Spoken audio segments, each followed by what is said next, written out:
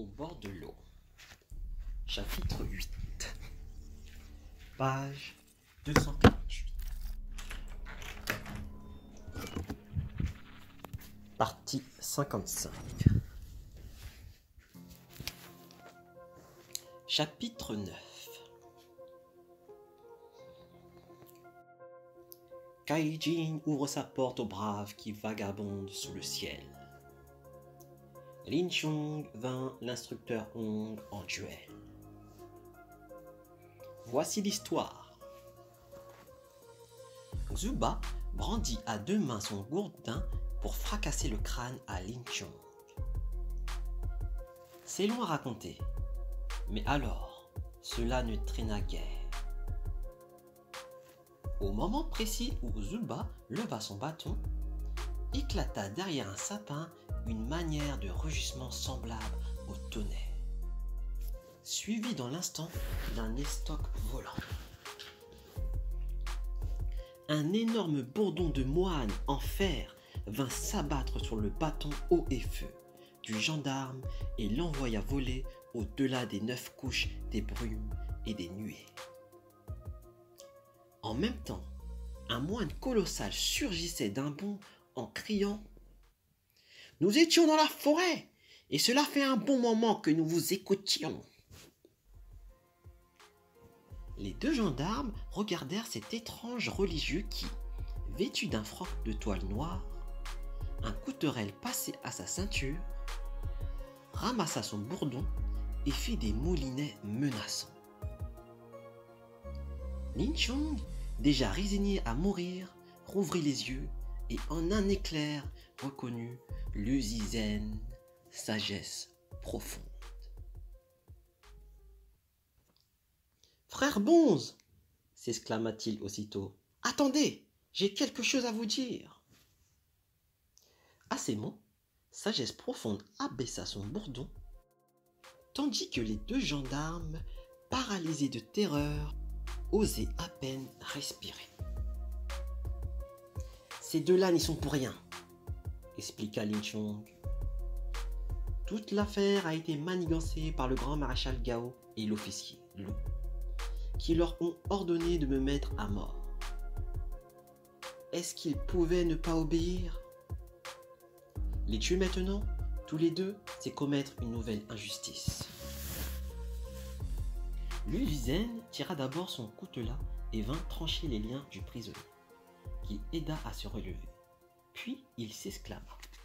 « Frère, depuis ce jour où nous nous sommes quittés après l'achat du sable, nous n'avons cessé de songer avec chagrin à tout ce que vous enduriez. Et dès lors que vous étiez condamnés, nous n'avions nul moyen de venir à votre secours. Nous avons appris que vous étiez banni à Kengzhou. Nous n'avons pas réussi à vous trouver aux abords de la préfecture. Mais la rumeur publique nous a fait savoir que vous étiez en cellule. De plus, nous avons surpris l'aubergiste en train d'inviter les deux gendarmes et de leur dire qu'un officier voulait leur parler. Cela a éveillé nos soupçons et nous avons craint, si nous relâchions notre vigilance, de voir ces deux drôles vous mettre à mal pendant le trajet. Nous vous avons donc suivi, tout exprès. Avons vu ces deux couillons vous emmener à la petite auberge, et y avons fait halte nous aussi. La nuit, on entendait le ménage diabolique, quand ils vous ont versé de l'eau bouillante sur les pieds. Nous avons bien failli en finir avec ces couillons. Malheureusement, il y avait beaucoup de monde dans l'auberge, et on aurait pu venir à leur secours. Mais nous connaissions leur perfidie et avons redoublé de prudence. Quand vous êtes sortis de l'auberge à la 5e veille, nous avons pris les devants et couru vers cette forêt pour attendre ces foutus bougres et les expédier. Ah, ils avaient choisi cet endroit pour vous mettre à mal. Eh bien, nous allons nous les dépêcher tous les deux ici même. Lin Chong s'efforça de le convaincre. « Frère, maintenant que vous m'avez sauvé, laissez-leur la vie. Sagesse Profonde cria au gendarme. Foutu couillon que vous êtes! Si ce n'était pas par égard pour notre frère, nous aurions tôt fait de vous découper en morceaux et de vous réduire en pâté. C'est pure considération pour lui si nous vous faisons grâce à tous deux, foutriquets. Il regaina son coutelas, non sans hurler de nouveau. Allons, les deux couillons, dépêchez-vous d'aider notre frère à marcher. Vite et suivez-moi. Puis, son bourdon de fer à la main, il se mit en route. Les deux pousse-culs allaient-ils se risquer à faire la moindre réponse? Ils ne purent que gémir. Instructeur Lin, venez à notre aide. Ils reprirent leurs baluchons et leurs bâtons, soutinrent Lin Chong en se chargeant de son ballot, et sortirent de la forêt derrière Sagesse Profonde. Ils marchèrent pendant 3 ou 4 lis avant d'apercevoir une minuscule auberge à l'entrée d'un village. Les 4 hommes, les prénommés Shen, Chong et Cao et Ba, entrèrent, s'assirent, appelèrent l'aubergiste et lui commandèrent 5 ou 7 livres de viande et 2 pintes de vin. Ils achetèrent aussi un peu de farine pour qu'on leur fît des fouasses. Le patron s'affaira à ces préparatifs et vint leur filtrer le vin. Les deux gendarmes dirent: oserons-nous demander humblement au révérend de quel temple il vient? Dérisoire, couillon! rétorqua le bonze en riant. Est-ce que cela vous regarde? Vous voudriez bien aller le raconter à Gaïokyu pour qu'il nous fasse des ennuis, hein? Sachez que si tout le monde tremble devant lui, eh bien, il ne nous fait pas peur à nous.